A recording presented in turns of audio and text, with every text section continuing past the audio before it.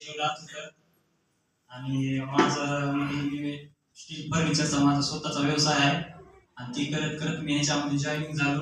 असं त्याच्या आधी म्हणलं तर मला आता सध्या तर भीती वाटलेली, कारण मी आता असं तर कधी कुठं बोललोच नाही, फर्स्ट टाइमच आहे. तरी पण मी आमच्या गल्लीमध्ये एका कॅन्सरचं औषध दिलं होतं, तर त्याला बोलता पण येत नव्हतं आणि जेवण बी करता येत नव्हतं बरोबर.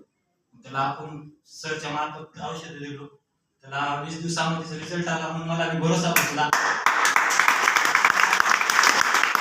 तसं तर मी अजून 4-5 जणांना दिला, पण सगळ्याला 20%-25% रिझल्ट आलाय. आम्ही रात्री जाऊन आलो, त्याला 20% रिझल्ट आलाय अजून.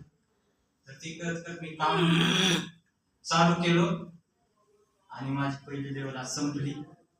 तर मला मी काम करत असताना मला म्हणजे माझे मित्र म्हणायचे, अरे येड्या कशाला नादा लागलास, त्याचं असं काहीच नसते. मला फक्त त्यांच्यासाठी 1-2 शब्द म्हणायचे कि मंजिल बदले अब नाम बदले, मंजिल बदले या बदले वक्त, हम तो हमारा मुकाम जरूर पाएंगे.